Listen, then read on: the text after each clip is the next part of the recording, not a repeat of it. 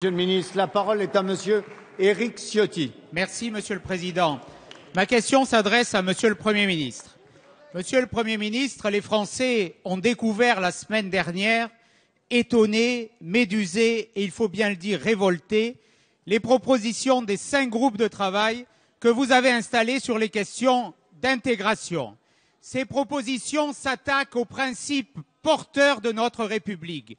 Ils érodent les piliers les plus essentiels de notre pacte républicain. La laïcité d'abord, en voulant remettre en cause cette grande loi de 2004 interdisant le port du voile à l'école. La langue de la République, le français, mis sur le même plan que d'autres langues. L'histoire de notre pays, que les rédacteurs de ces rapports proposent de réviser. Monsieur le Premier ministre, les Français sont en colère face à ces propositions. Vous avez, si ces propositions sont adoptées, c'est une France communautarisée que vous seriez en train de construire, une France ouverte au multiculturalisme. Devant l'émotion soulevée dans le pays par ces propositions, le président de la République vous a désavoué. Mais aujourd'hui, les Français attendent des réponses claires parce que contrairement à Monsieur le Président de l'Assemblée nationale, ils n'ont pas envie de faire avec. Ils veulent des mesures qui aujourd'hui clarifient les choses. Si ces positions ne sont pas celles du gouvernement, vous devez le dire. Mais alors pourquoi votre directeur de cabinet a supervisé personnellement les travaux de ces commissions? Pourquoi vous-même avez salué la grande qualité de ces travaux? Pourquoi avez-vous publié ces conclusions sur le site de Matignon? Monsieur le Premier ministre, les Français attendent des réponses claires parce qu'ils ne peuvent supporter que vous jouiez avec les principes de la République pour des raisons électorales. Oui ou non, condamnez-vous ces propositions? Merci. La parole est à monsieur le Premier ministre.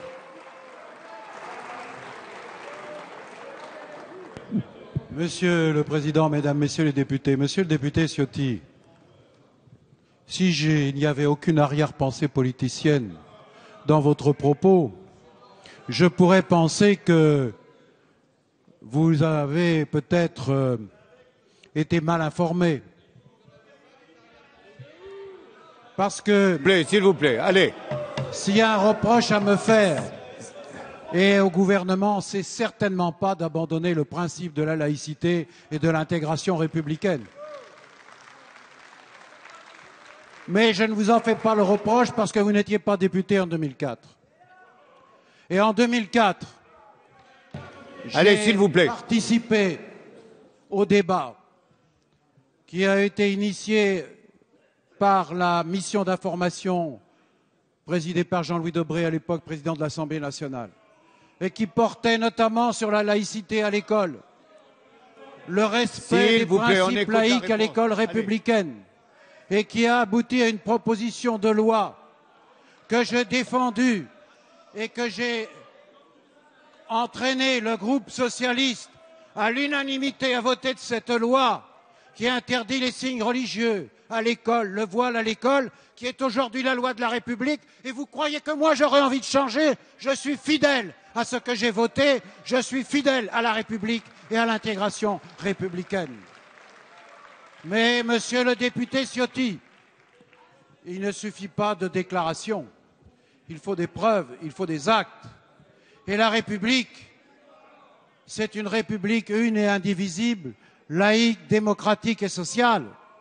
Et la République démocratique et sociale, c'est celle qui permet à tous ses enfants, quelle que soit leur origine, la promotion sociale, l'émancipation sociale, le refus des discriminations, c'est-à-dire l'égalité des droits. Et vous avez fait tout le contraire pendant 10 ans. Et si aujourd'hui le communautarisme se développe dans certains quartiers, vous en portez l'entière responsabilité. Et c'est ça que nous voulons combattre de toutes nos forces.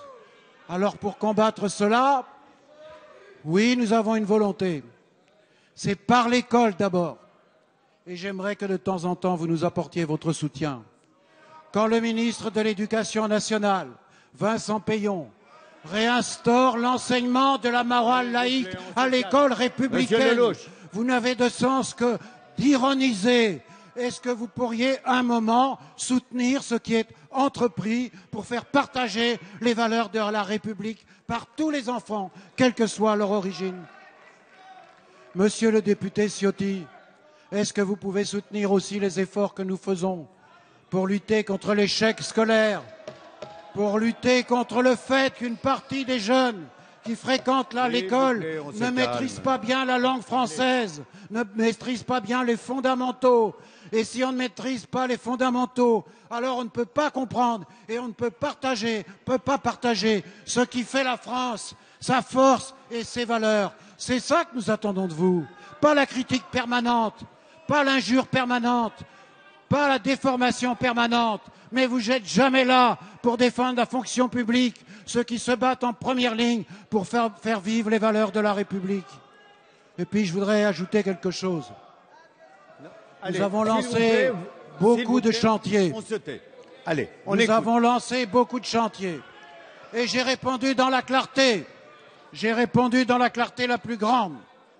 Est-ce que oui ou non, vous allez par exemple soutenir les propositions qu'a fait récemment Manuel Valls et que nous mettons en œuvre, c'est-à-dire faciliter l'accès à la nationalité française pour devenir français avec ce que cela représente, c'est-à-dire le respect des droits, mais aussi des devoirs. Et pourtant, vous l'avez combattu, monsieur le député Ciotti, avec tous vos amis de l'UMP. Voilà ce que nous faisons. Alors maintenant, le Parlement travaille. S'il vous plaît, Il va voter bientôt une réforme des retraites. L'année prochaine, il va proposer une réforme de la décentralisation. Il va proposer une réforme de la fiscalité. Il va proposer une baisse de la dépense publique. Il va proposer la baisse des prélèvements obligatoires. Alors, où vous serez-vous, monsieur Ciotti? Où serez-vous avec vos amis de l'UMP? Serez-vous dans l'invective? Serez-vous dans la caricature, comme vous l'êtes davantage chaque jour? Ou serez-vous avec nous au service de la France, c'est-à-dire de la France juste, de la France qui défend ses valeurs, qui ne suffit pas de les proclamer, mais qui les fait vivre. Et parmi celles-là, il y a l'égalité républicaine, il y a la laïcité, il y a la justice, il y a la solidarité. C'est là que nous vous attendons, et sur rien d'autre.